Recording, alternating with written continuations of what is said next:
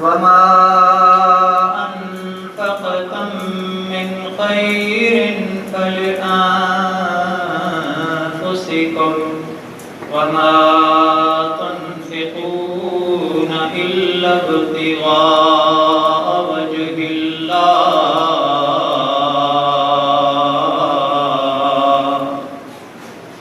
وما تنفقوا من خير يوفى إليكم وأنتم لا تظلمون.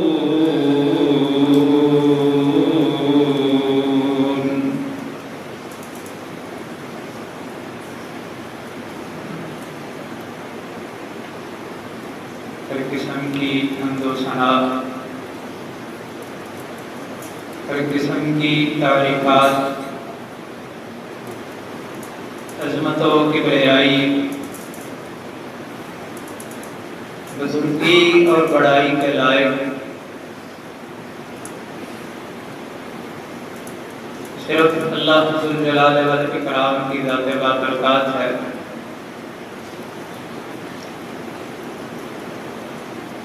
بے شمار لا تعداد درود و سلام سید الاولین والآخرین، سید الانبیاء، امام الانبیاء،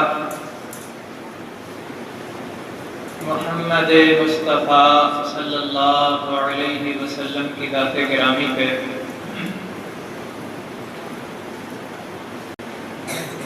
کہ انسانوں پہ آنے والی مشکلات، انسانوں پہ آنے والی مصیبتیں کبھی اللہ کی طرف سے آزمائش ہوتی ہیں، کبھی سزا ہوتی ہے، اور کبھی اللہ کی طرف سے خبردار کیا جاتا ہے۔ اللہ اپنے بندوں کو جو اللہ سے غافل ہو چکے ہوں، جو اپنے خالق و مالک کو بھول چکے ہوں، نافرمانیوں میں پڑے ہوئے اپنے بندوں کو اللہ جھنجھوڑتے ہیں کہ سنبھل جاؤ، سدھر جاؤ،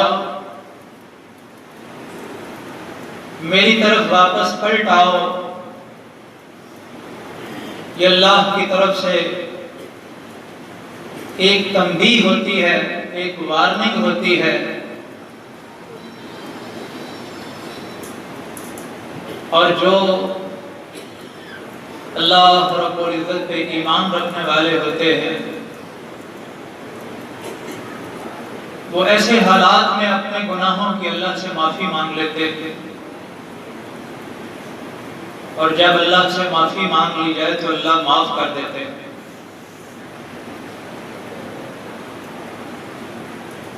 تو سب سے پہلے آزمائش آنے پہ اللہ سے اپنے گناہوں کی معافی مانگی جائے، اور اس کے ساتھ ساتھ اپنے وہ بھائی، وہ مسلمان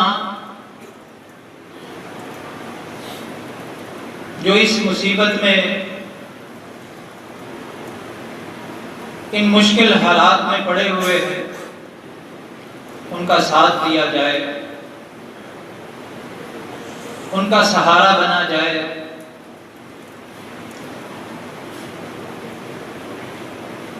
اور یہ اس امت میں بہت بڑی خیر ہے کہ ملک پاکستان میں ایسے حالات بنے کہ امت کے بعض افراد پہ مشکل آئی تو باقیوں نے دن رات ایک کر کے اپنے ان بھائیوں کے ساتھ تعاون کیا، ان کی ضروریات کو سمجھا، ان تک پہنچے، بڑے بڑے لمبے سفر کر کے اللہ کے بندے اپنے مسلمان بھائی بہنوں تک پہنچے، میں سمجھتا ہوں کہ یہ اللہ کی طرف سے اس امت میں ابھی بڑی خیر ہے۔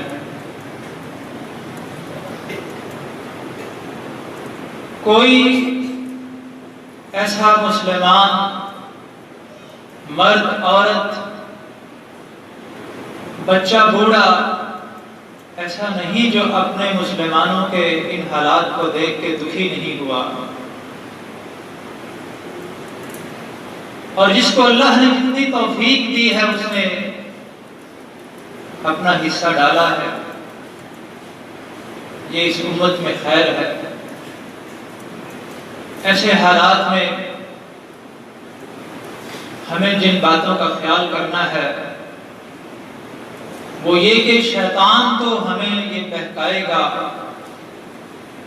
اور شیطان ہمارے دل میں یہ وسوسہ ڈالے گا اور ڈالتا ہے کہ تو اتنا اللہ کی راہ میں خرچ کرتا ہے، تیرے بچے نہیں ہیں، تیرا گھر نہیں ہے، تجھے ضرورت نہیں ہے، تیرے پاس کیا رہے گا، تو خود محتاج ہو جائے گا۔ اس طرح کے وسوسے شیطان ڈالتا ہے، اور اللہ حضور جلالہ والی کرام نے یہ ہمیں پہلے ہی بتا دیا تھا کہ الشیطان یعدکم الفقر، شیطان تمہیں ڈراوے دے گا، اللہ کی راہ میں خرچ کرو گے تو فقیر ہو جاؤ گے، خود تم کنگلے ہو جاؤ گے، کہاں سے کھاؤ گے؟ یہ ہمارے رب نے ہمیں پہلے ہی بتا دیا تھا، اور شیطان ایسا کرتا ہے۔ جبکہ ہمارے پیغمبر نے ہمیں کیا بتایا، ہمارے رب نے کیا ہمیں بتایا؟ اللہ رب العزت نے ہمیں اپنی کتاب میں یہ بتایا، اور وَمَا تُنْفِقُونَ إِلَّا ابْتِغَاءَ وَجْهِ اللَّهِ،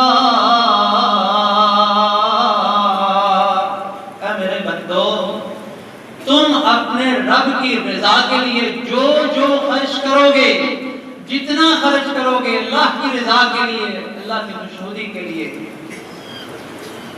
یوفی الیکم وانتم لا تظلمون، تمہیں تمہارا رب اس کا پورا بدلہ لوٹائے گا۔ یہاں یہ نہیں ہے کہ قیامت کے دن دنیا میں بھی اللہ اس کا بدلہ انسان کو دے گا، یہ اللہ کا وعدہ ہے۔ شیطان کیا دھمکیاں دیتا ہے کہ تم غریب ہو جاؤ گے، فقیر ہو جاؤ گے، کنگلے ہو جاؤ گے، اور اللہ کیا کہتا ہے؟ وَمَا تُنْفِقُوا مِنْ خَيْرٍ يُوَفَّ إِلَيْكُمْ وَأَنْتُمْ لَا تُظْلَمُونَ،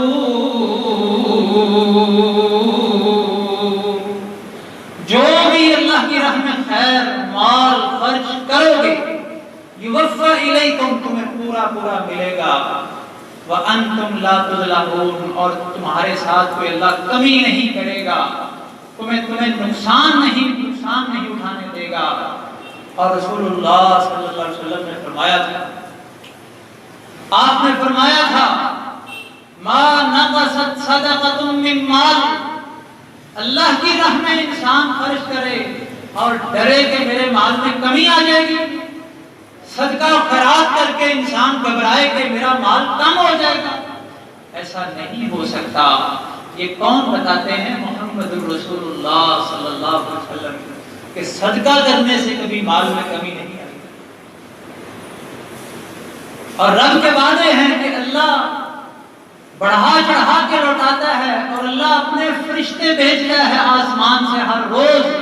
رسول اللہ صلی اللہ علیہ وسلم نے فرمایا ہر روز 2 فرشتے آسمان سے اترتے ہیں، اور دونوں کیا کہتے ہیں آگے؟ اللہم اعطِ منفقا خلفا، اے اللہ جو تیری راہ میں خرچ کرنے والا ہے، جو تیرے راستے میں دیتا ہے، نکالتا ہے، سنبھال کے نہیں رکھتا، تو اسے اور دے، اس کی جگہ اور دے۔ اور ساتھ کہتے ہیں وَأَعْطِ مُمْسِكًا طَلَقًا، جو نہیں دیتا، جو روک روک کے رکھتا ہے، اللہ کی راہ میں دینے کا وقت آیا ہے، بخیل بن جاتا ہے۔ اور فرشتے کہتے ہیں اے اللہ، روکنے والے کے پاس جو ہے اسے ضائع کر دے، اس کی برکتیں اللہ ختم کر دیتا ہے، اس سے جو فائدہ ہونا چاہیے انسان کو، جو سکون ملنا چاہیے، اس سے انسان محروم ہو جاتا ہے۔ مال تو ہوتا ہے انسان کے پاس لیکن وہ کھا نہیں سکتا، بیماریاں ہی اللہ ایسی لگا دیتے ہیں کہ ہونے کے باوجود انسان کہتا ہے میں یہ نہیں کھا سکتا، مجھے ڈاکٹروں نے منع کیا، میں یہ نہیں کھا سکتا، مجھے تکلیف ہوتی ہے۔ کیا فائدہ اس مال کا جو انسان اپنے اوپر بھی نہ لگا سکے، اللہ اس کی برکت ہی ختم کر دیتا ہے۔ اور جب تک انسان اپنے مسلمان بھائی کی مدد کرتا رہتا ہے، ہمیں رسول اللہ صلی اللہ علیہ وسلم نے بتا دیا کہ اللہ اس کی مدد میں لگ جاتے ہیں۔ جب تک بندہ اپنے مومن بھائی بہن جو تکلیف میں ہے، جو مدد کا مستحق بن گیا ہے، اس کی مدد کرتے رہتے ہیں بندے، اللہ اپنے ان بندوں کی مدد کرتا رہتا ہے۔ یہ اللہ کے وعدے ہیں۔ واللہ فی عون العبد ما کان العبد فی عون اخیہ۔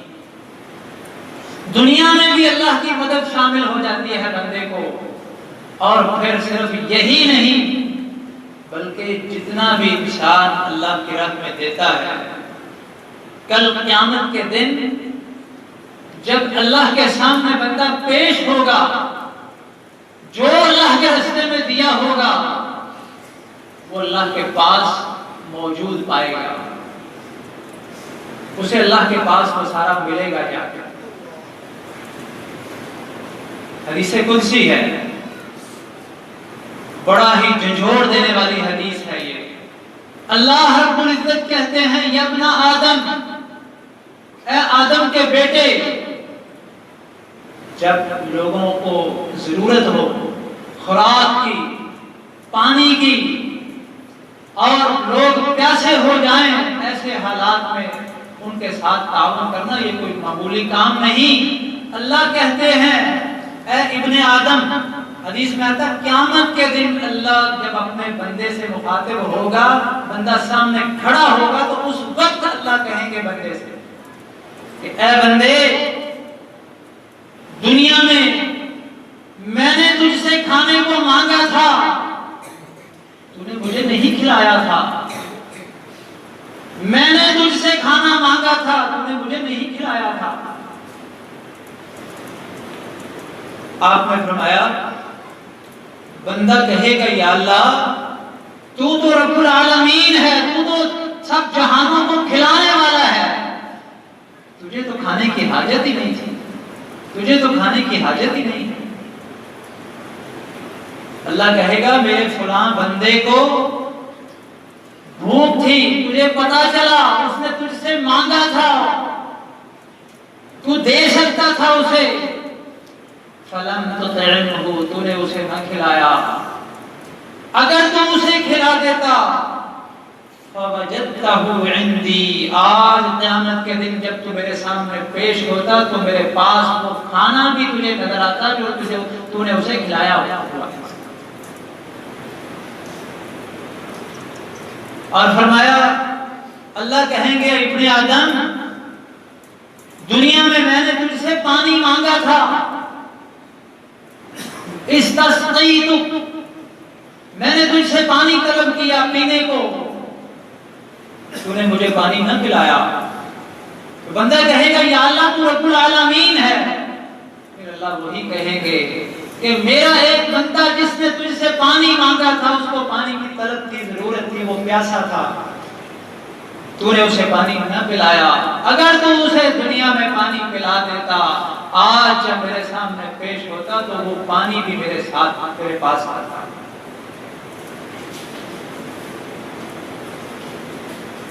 یہ ہمارے چھوٹے چھوٹے عمل معمولی نہیں ہیں، یہ اللہ کے ہاں بڑے بڑے عمل ہیں، اللہ کے ہاں ان کی بڑی قدر ہے۔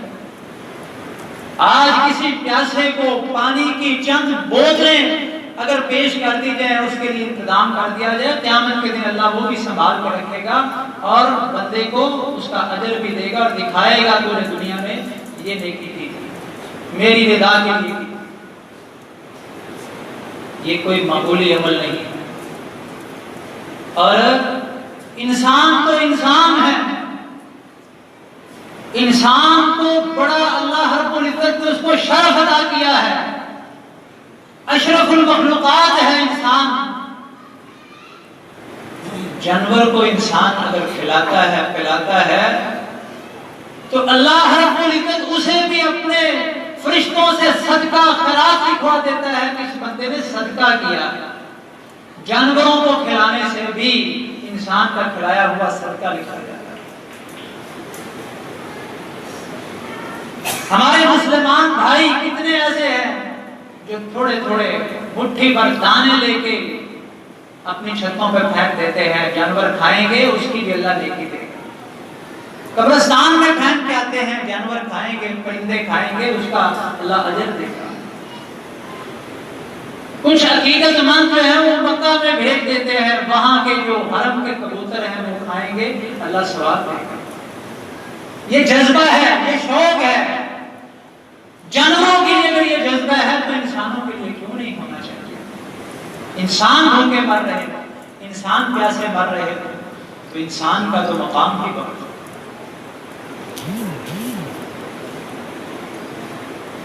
جانوروں میں سے بھی وہ جانور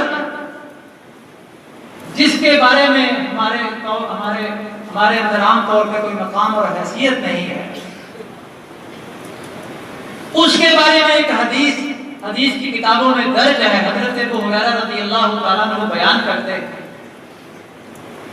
کہتے ہیں کہ رسول اللہ صلی اللہ علیہ وسلم نے فرمایا،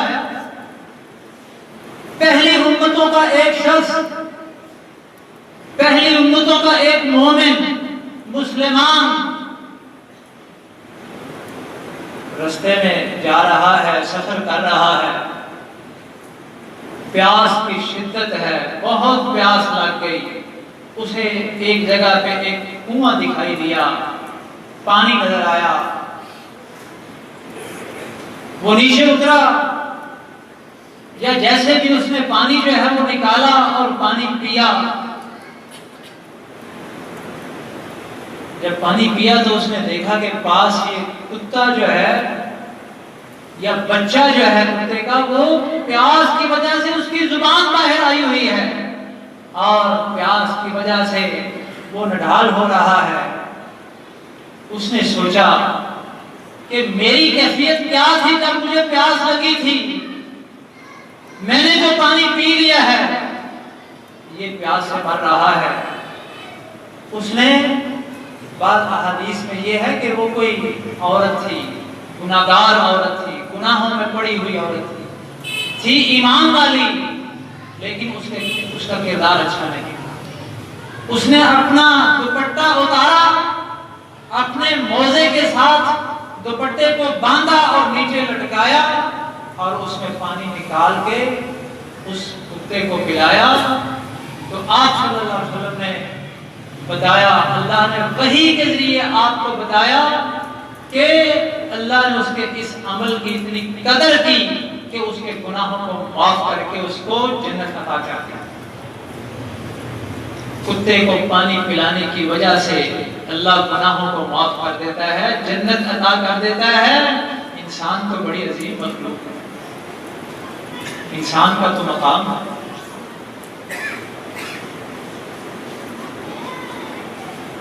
جو ہمارے مسلمان اس مشکل گھڑی میں اپنے بھائیوں کے ساتھ تعاون کر رہے ہیں، وہ خوش رہے ہیں، وہ اللہ سے امید رہے، اللہ کی رضا کے لیے اگر کر رہے ہیں تو اللہ ان کو دنیا میں بھی اس کا صلہ دے گا، قیامت کے دن۔ شیطان کے دھوکے میں نہ آئیں کہ غریب ہو جاؤ گے، تمہارا مال ختم ہو جائے گا، تمہارا مال کم ہو جائے گا۔ اللہ کے راستے میں دے کے انسان غریب ہو جائے، ایسا ہو نہیں سکتا۔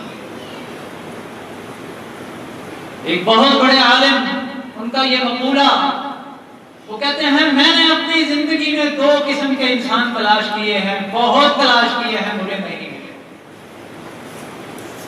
2 قسم کے لوگوں کو میں ڈھونڈتا رہا ہوں، کہیں مجھے مل جائیں۔ ایک وہ شخص جس نے انسانوں پہ ظلم کیا، ظلم کیے اور ظلم کی سزا پائے بغیر دنیا سے چلا گیا،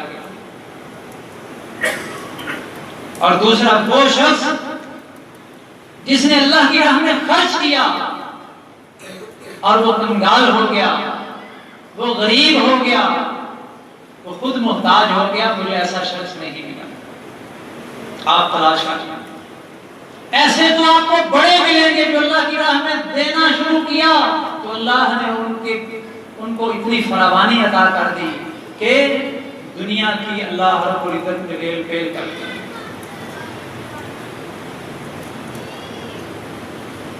یہ اللہ رب العزت کے وعدے ہیں جن پہ ہر مومن کو یقین ہونا چاہیے۔